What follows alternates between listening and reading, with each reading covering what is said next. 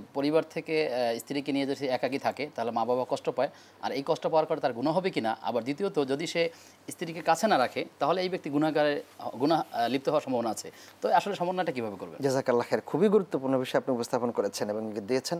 এক্ষেত্রে একজন পুরুষ যখন সে শহরে থাকবে, স্বাভাবিক কারণে তার একজন যুবক হিসাবে তার স্ত্রীকে রাখতেই হবে, রাখা দরকার সেই গুনাহ থেকে বাঁচার জন্য। এটা তো বিবাহের দাবি, বিবাহের দাবি, এবং বিবাহটি একটি চাহিদাও, একটা অধিকারও সেটি। এখন যদি এমনটা হয় তিনি রাখছেন আর সেক্ষেত্রে পিতামাতা অসন্তুষ্ট হচ্ছেন, পিতামাতা অসন্তুষ্ট হওয়ার কোনো সুযোগ নেই, তাদেরকে এক্ষেত্রে স্যাক্রিফাইস করতে হবে। পিতামাতাকে স্যাক্রিফাইস করে যে আমার ছেলে তার পুত্রবধূকে সেখানে রাখতে হবে, আমি সেই সুযোগ দিয়ে দেব। এখন রাখছে বলে আবার পুত্রবধূ তার শ্বশুর শাশুড়ির সঙ্গে সম্পর্ক রাখবে না, এটি নয়। যদি দুটিকে সমন্বয় করা যায়, দুদিক থেকে স্যাক্রিফাইস করা যায়, তাহলে দেখা যাবে যে সেখানে আর কোনো প্রবলেম তৈরি হবে না। আর সেই স্যাক্রিফাইসটি পুত্র কাছ থেকেও হবে, ওয়াইফের কাছ থেকেও হবে, এবং আপনার মা বাবার কাছ থেকেও হবে। জি জি, শুক্রিয়া, চমৎকার করে আসলে ব্যাখ্যা দিয়েছিলেন। অনেক পরিবারে এমন দেখা যায় যে যার স্ত্রী, ওই ব্যক্তি অনেক সময় চুপ থাকেন, কখনো কখনো তার স্ত্রীকে তার ভাইয়েরা গালমন্দ করেন, কথার অত্যাচার করেন, কখনো তার শ্বশুর শাশুড়ি অত্যাচার করেন, অথবা তার ননদ যারা থাকে তারাও অত্যাচার করেন।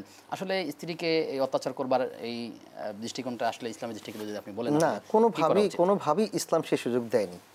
এখন তিনি একজন বোন, তার অন্য একটা ঘরে এসেছেন পুত্রবধূ হয়ে, তার অনেক অধিকার রয়েছে, আর তার সম্মানও রয়েছে, মর্যাদাও রয়েছে। সেক্ষেত্রে যখন সে তার পুরো জীবনের 18 বছর 20 বছরের জীবনটাকে একদিকে রেখে অন্যটা ঘরের মধ্যে আসলেন, সেক্ষেত্রে সেই ভাইয়ের পরিবারের সদস্যদের উচিত হচ্ছে সেই বোনটাকে পরিপূর্ণভাবে, তার বোনদের উচিত বোন হিসেবে গ্রহণ করা, আবার শাশুড়ির উচিত হচ্ছে তাকে মেয়ে হিসেবে গ্রহণ করা। এটি হচ্ছে আমাদের ফ্যামিলি ক্রাইসিসের অন্যতম আরেকটি কারণ।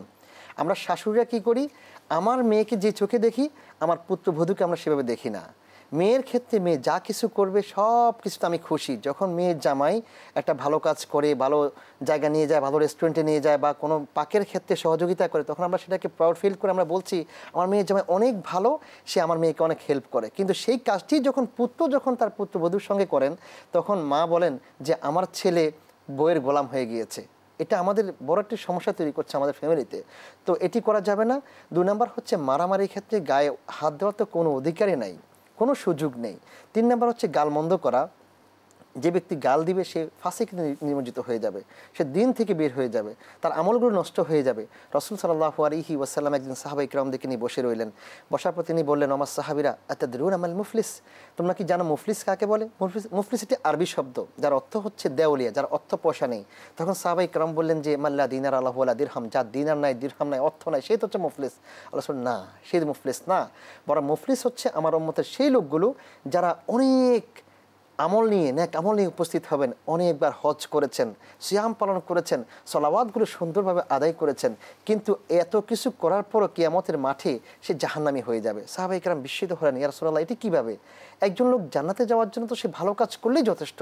আল্লাহ বলেন না, সে যখন যাবে, উপস্থিত হবে এত ভালো কাজ নিয়ে, তখন তার পিছন থেকে একজন লোক এসে বলবে, ইয়া আল্লাহ, আমাকে দুনিয়ার মধ্যে এই লোকটা গালি দিয়েছিল, আমাকে এই লোকটা আমার অধিকার থেকে বঞ্চিত করেছে, আমাকে অন্যভাবে ঠকিয়েছে। তখন সেই লোকটা তার নেক আমল থেকে, হাসানাত থেকে ওই লোকটাকে ভাগ দিতে হবে। আর কিয়ামতের দিনের ভাগ কিন্তু সহজ হবে না, কম হবে না, সেটা আল্লাহ রাব্বুল আলামিন দিয়ে সেটাকে বাস্তবায়ন করতে হবে এবং পরিপূর্ণ করতে হবে। আর দিতে এভাবে সে শেষ হয়ে যাবে, তার হাসানাতগুলো যখন শেষ হয়ে যাবে, সে জাহান্নামের মধ্যে নিক্ষিপ্ত হবে। কাজেই অনেক মা বোনরা, শাশুড়িরা দেখবেন যে সারাদিন ভালো কাজ করছেন, তাসবিহ তাহলিল পাঠ করছেন, নামাজ পড়ছেন, তাহাজ্জুদ পড়ছেন, কিন্তু অভিশাপ করছেন, আবার পুত্রবধূর সঙ্গে সবচেয়ে খারাপ আচরণ করছেন। এভাবে করে তাকে নেক দিয়ে তাকে জাহান্নামে নিক্ষিপ্ত হতে হবে।